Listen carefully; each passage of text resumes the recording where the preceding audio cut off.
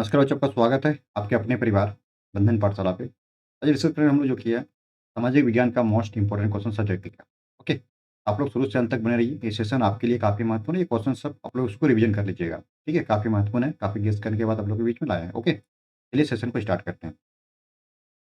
ये जो पहला क्वेश्चन का आपको कह रहा है कि निरकुंसवाद से आप क्या समझते हैं। तो इससे पहले हम लोग क्या करें, इसका आखिरी ये शब्द क्या है, थोड़ा सा के बारे में जान लेते हैं। यानी चलिए कुछ चित्र के माध्यम से लिख समझते हैं इसका, जो कि आप इसका आंसर खुद ही आप जो कि इसको बना के लिख सकते हो, यानी कि अपनी भाषा में इसका आंसर देना है। इसका जो मेन पॉइंट है पहले इसको ध्यान में रखना है। ठीक है, देखिए इसका मेन पॉइंट क्या होता है किसका, निरकुंसवाद का। ये पहला पॉइंट आपका जो यहाँ फर्क बनता है कि सारी सत्ता एक ही व्यक्ति पर के हाथ में होती है। जो जितने पावर जो सत्ते होते हैं ना, कितना होते हैं, सारा सत्ता जो एक ही व्यक्ति के हाथ में होता है। जैसे आप यहाँ पे देख पा रहे हैं, ये जो आपके ये क्या है, समझ लीजिए कोई एक राजा है। ठीक है, एक राजा है। तो जितना भी जैसे कि हम लोग, जैसे कि एग्जाम्पल के लिए, जैसे हम लोग अभी जैसे झारखंड है, हमारा क्या मुख्यमंत्री अलग है, खेल मंत्री अलग है, स्वच्छ विभाग का मंत्री अलग है। तो इसमें क्या होता है कि इसमें आपका निरपक्षपात में क्या होता है कि सारा पद, यानी कि सारा पावर क्या करता है उसमें, एक ही व्यक्ति पे जो कि इसमें रखता था। इसी के कारण इसका इसी को बोला जाता है जो कि है निरकुशवाद, यानी कि सारा सत्ता एक ही व्यक्ति के हाथ में होता है। सारा सत्ता एक ही हाथ के व्यक्ति में होता है, चाहे जो भी इसका मन जब जो करने का मन वो कर सकता है।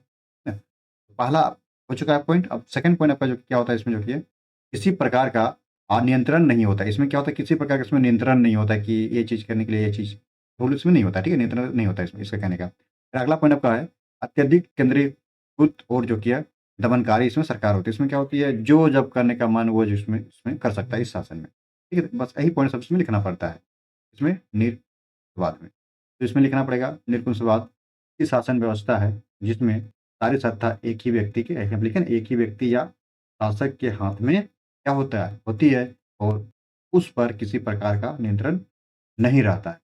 इतिहास में ऐसा जो कि है राजशाही सरकार को क्या कहते हैं, निरंकुश सरकार कहा जाता है, जो अत्यधिक केंद्रीकृत संदर्भ बल पर आधारित और दमनकारी होती है। तो ऐसे आपको उसका आंसर लिखना पड़ेगा। ठीक है, तो फिर आपने बना के इसको मेन पॉइंट आपको यही सब करना है कि ऐसी शासन व्यवस्था जिसकी सारी सत्ता एक ही व्यक्ति के हाथ में होता है। जो पॉइंट मैंने आपको बताया चित्र के माध्यम से, ये सब थोड़ा सा लिखना पड़ेगा पॉइंट सब। ओके, इस हिसाब से चूंकि इसमें 2 नंबर का ये क्वेश्चन है, 2 अंक का क्वेश्चन आपको देके जाएगा। ठीक है ना। तो आप लोग इंग्लिश वाले बच्चे आप लोग क्योंकि इसको थोड़ा रीड कर लीजिएगा। ओके, चलिए बढ़ते हैं नेक्स्ट।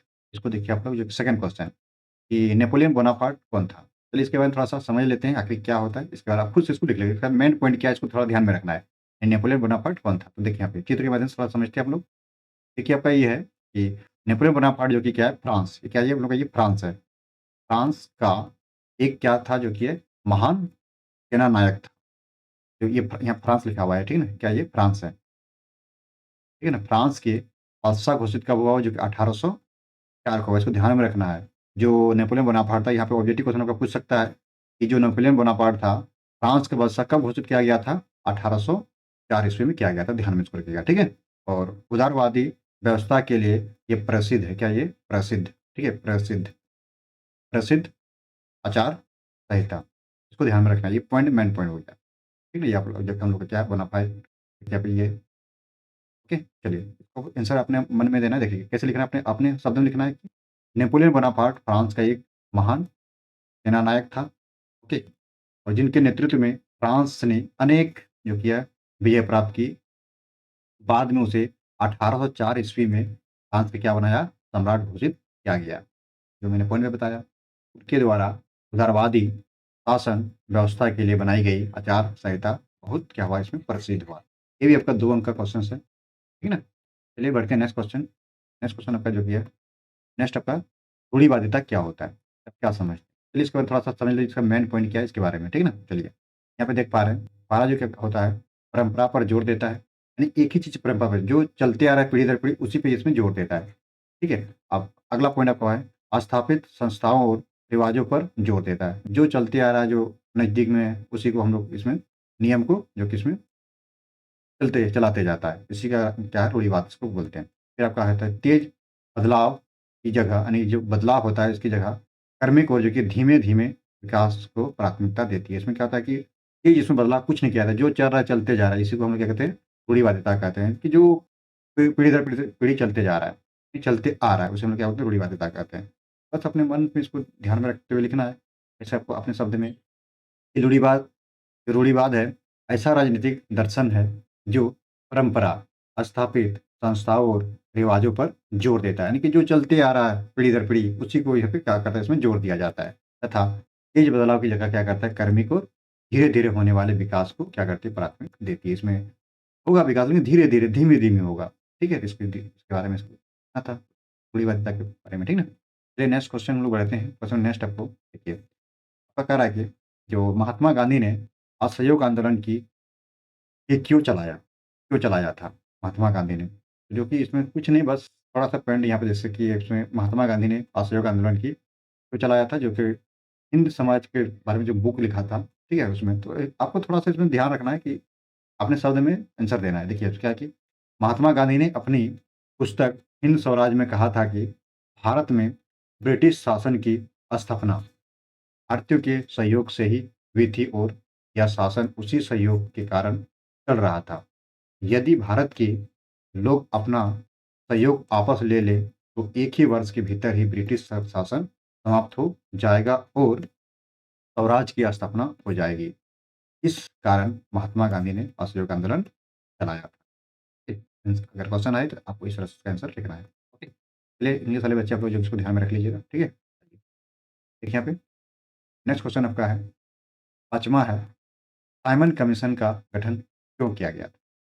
लिखना है कि सर जॉन साइमन के नेतृत्व में एक वैधानिक आयोग का गठन किया गया, जिसे साइमन कमीशन कहा जाता है।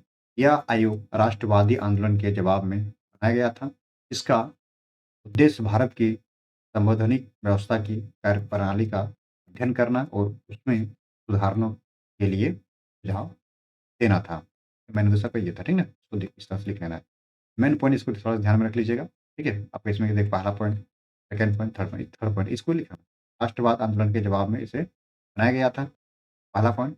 सेकंड पॉइंट, ब्रिटिश क्या है, ब्रिटिश नेता सर जॉन साइमन के नेतृत्व में जो कि वैधानिक आयोग इसमें किया गया और जो कि है भारतीय संवैधानिक व्यवस्था का अध्ययन करना और सुधार, ठीक ना? मेन पॉइंट आपका यहाँ पे था।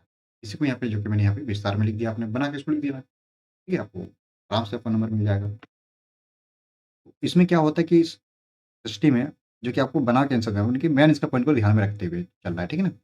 ये नेक्स्ट क्वेश्चन आपका कह रहा है क्या, असहयोग आंदोलन के दौरान विदेशी वस्तुओं के बहिष्कार से विदेशी वस्तुओं पर क्या प्रभाव पड़ा? यानी कि कह रहा है कि असहयोग आंदोलन के दौरान जब विदेशी वस्तुओं का बहिष्कार कर दिया, तो विदेशी वस्तु पर क्या प्रभाव पड़ा? उसमें गिरावट आ गया। लिखना पड़ेगा, असहयोग आंदोलन के दौरान विदेशी वस्तु का व्यापार रूप से बहिष्कार किया गया और क्या, विदेशी कपड़ों की होली जलाई जाने लगी। इसमें जो विदेशी कपड़ा उसमें होली जलाने लगी थी, ठीक है इसमें। और 1900 टाइम याद रखिए, 1921 से 1922 के बीच, कब 1921 से 1922 के बीच विदेशी कपड़ों का आयात लगभग जो कि है आधा रह गया।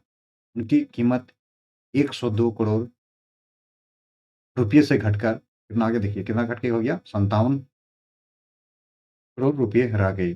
कई स्थानों पर व्यापारियों ने विदेशी वस्तुओं का व्यवहार करने या विदेशी व्यवहार में पूंजी लगाने से इनकार कर दिया। ये आपका पॉइंट था, ठीक ना? तो थोड़ा-सा टेंशन रखना था। तो आप लोगों के बीच जो कि मैंने यहाँ पे जो कि है 6 क्वेश्चन लाए। ये काफ़ी महत्वपूर्ण क्वेश्चन सब था, इसको जो कि ध्यान में रखना है। ओके? और मिलते हैं नेक्स्ट वीडियो में और इससे जो कि हम लोग आप लॉन्ग क्वेश्चन्स को करेंगे और आपका 3 नंबर वाले क्वेश्चन्स को करेंगे, ठीक है ना? काफ़ी महत्वपूर्ण ये क्वेश्चन था, तो ध्यान में रख के चलना है। तो इस सेशन को कैसा लगा कमेंट करके ज़रूर बताइएगा। ओके? जितना हो सके वीडियो को अपने दोस्तों में शेयर ज़रूर करें ताकि उसे भी इनकी जानकारी मिल सके। तो चलते हैं, मिलते हैं नेक्स्ट पार्ट में, तब तक के लिए अपना ख्याल रखिएगा। Okay, bye.